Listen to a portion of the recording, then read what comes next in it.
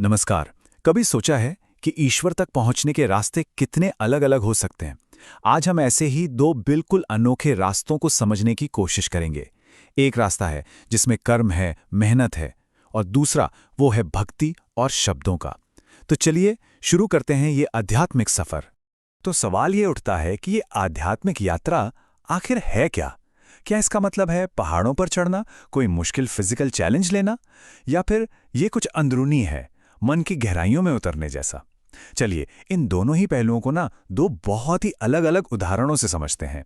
तो देखिए, एक तरफ है कर्म का रास्ता, मतलब 13 किलोमीटर की मुश्किल चढ़ाई करके भक्त अपनी श्रद्धा दिखाते हैं।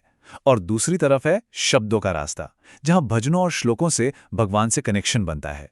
रास्ते तो एकदम अलग हैं, पर सवाल ये है कि क्या इनकी मंजिल भी अलग-अलग है? आइए पहले रास्ते को जरा करीब से देखते हैं। कर्म का मार्ग, जिसका एक बहुत बड़ा उदाहरण है माता वैष्णो देवी की यात्रा।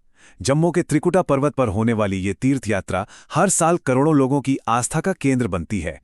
अच्छा, तो ये पूरी यात्रा ना कुछ स्टेप्स में होती है। सबसे पहले तो लोग कटरा पहुंचते हैं, जो समझिए कि इस यात्रा का बेस कैंप है। वहां पहुंचकर एक आरएफआईडी कार्ड लेना होता है। ये कंपलसरी है सिक्योरिटी के लिए।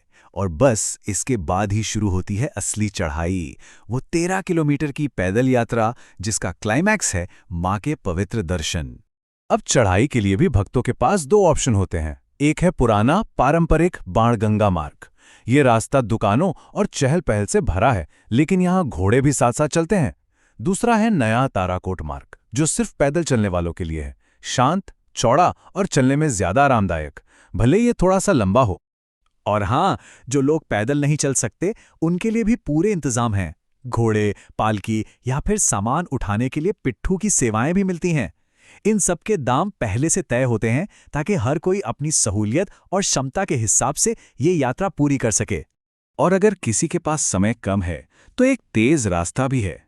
कटरा से सांची छत तक हेलीकॉप्टर की सर्विस भी है, जो कुछ ही मिनटों में आपको भवन के बिल्कुल करीब पहुंचा देती है। लेकिन माता के दर्शन से ही यात्रा खत्म नहीं होती। एक और जरूरी पड़ाव बाकी है। ऐसा माना जाता है कि भैरवनाथ के दर्शन के बिना ये यात्रा अधूरी रहती है।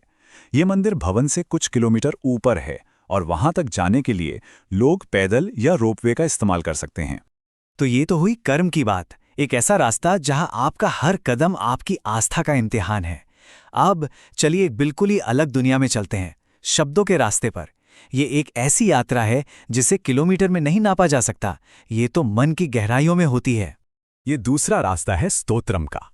स्तोत्र का मतलब है संस्कृत में लिखे गए भक्ति भजन। ये शब्दों के जरिए परमात्मा से जुड़ने का एक बहुत ही शक्तिशाली तरीका है। आज हम भगवान शिव को समर्पित नमामि शमिशान स्तोत्र के कुछ हिस्सों पर गौर करेंगे। ये स्तोत्र शुरू होता है इस लाइन से, नमामि शमीशान निर्वाण रूपम। इसका मतलब है, हे मोक्ष के स्वामी, मैं आपको प्रणाम करता हूं। आप देखिए, पहली ही लाइन में कंप्लीट सरेंडर का भाव है। अगली लाइन उनके रूप को और विस्तार देती है, विभुंग व्यापम ब्रह्म वेद स्वरूपम। मतलब वो जो हर जगह हैं, हर कण में हैं, जो खुद ब्रह्म हैं और वेदों का असली सार भी वही हैं। ये लाइन तो हमें और भी गहरे लेवल पर ले जाती है। निराकारम ओंकारम मूलम तुर्यम। इसमें उस ईश्वर की बात हो रही है जिसका कोई आकार नहीं है, जो ओम ध्वनि का भी स्रोत है और जो हमारी चेतना के स्तर से भी परे है। और ये पंक्ति, ये तो ईश्वर के दोहरे रूप को दिखाती है। करालम महाकाल कालम कृपालम, मतलब वो महाकाल जितने भयानक हैं उतने ही दयालु भी हैं। वो समय के भी स्वामी हैं और करुणा के सागर भी। तो हमने दो एकदम अलग अलग सफर देखे, एक शरीर का और एक मन का, एक कर्म का और दूसरा ज्ञान का। पर सोचने वाली बात यह है कि क्या इन दोनों की मंजिल एक ही है?